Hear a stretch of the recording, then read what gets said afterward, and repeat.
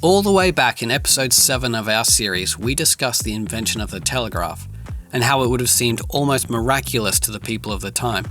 We also discussed how it signaled the end of some industries, like the Pony Express in the United States, whose man and horse-powered continent-wide letter delivery system was suddenly made completely irrelevant by the revolutionary capabilities of the telegraph. It's easy to reflect on such points in history and wonder what it would have felt like to be alive at the time and witness such a shift. But the truth is, we are in just such a shift right now, potentially an even bigger one.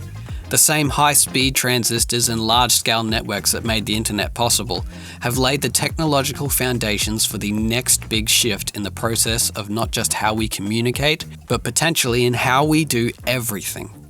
Having been theorized about and imagined in works of science fiction for decades, in the early 2020s we find it suddenly exploding into broad public use, and its development rapidly accelerating. And it's called artificial intelligence, or AI.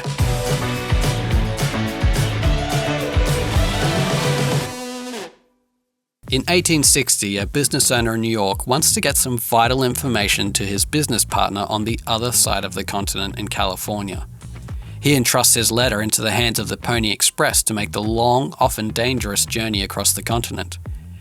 At best, his letter would arrive in 10 days' time, but he would never know if it had made it safely, until hopefully a reply arrived, which at the earliest would be almost a month later.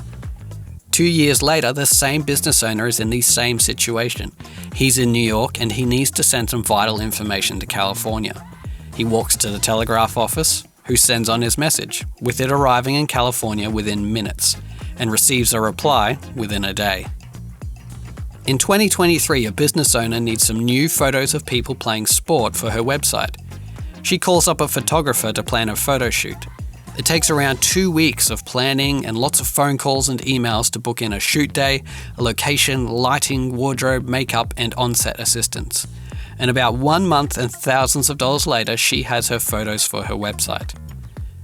2 years later, she finds herself in the same situation. Only now, she logs on to a generative AI image platform, and having already taken some short training on entering effective prompts for the AI, within 30 minutes she has her new images ready for her website. Both these stories involve processes of communication, one the written word and one images, and both were completely changed in terms of speed and accessibility by new technology. But while the telegraph rapidly accelerated written communication only, the recent developments in AI are on track to completely change almost all of our digital communication within the next few years. Photography, illustration, video, computer graphics, coding, audio, and researching and writing articles have historically all been mediums that require significant investment of skilled practitioners, equipment, and time, and those limitations are rapidly being stripped away. There are many who currently work within these fields who are concerned they may find themselves, like the Pony Express, suddenly unnecessary. So if we're going to start exploring this topic, we probably should start with defining what artificial intelligence even is, which in itself can be a tricky thing, because it requires us to make a definition for intelligence itself. But perhaps a useful starting point for thinking about this could be that we can describe a machine as having artificial intelligence if it is able to understand data and then adjust its processes and actions in response to that data to achieve specific goals. So a simple example would be the predictive text function that we're familiar with on our phones or computers. This is a program that receives new data, the text you type, then adjusts its output in response to that new data by combining its knowledge of the patterns of the English language and your most used words to serve you what the most likely next words you'll need will be. This is artificial intelligence in a very simple form, though it's often not recognized as such because it has such a narrowly defined simple function.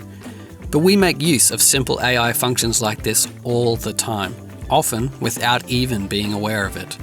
This is largely because when we think of artificial intelligence, we're often thinking of the larger, more science fiction idea of a human-like mind, which is the idea of a machine that can perform any intellectual task that a human can.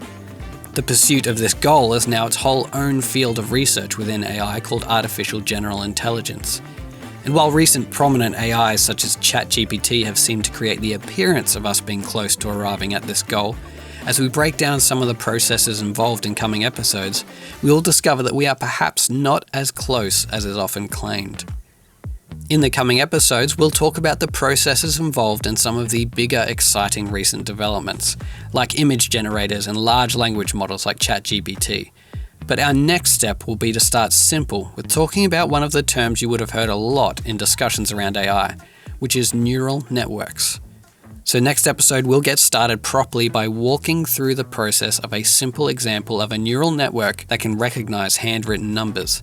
And we'll unearth some of the processes that are at the foundation of this completely game-changing innovation called artificial intelligence.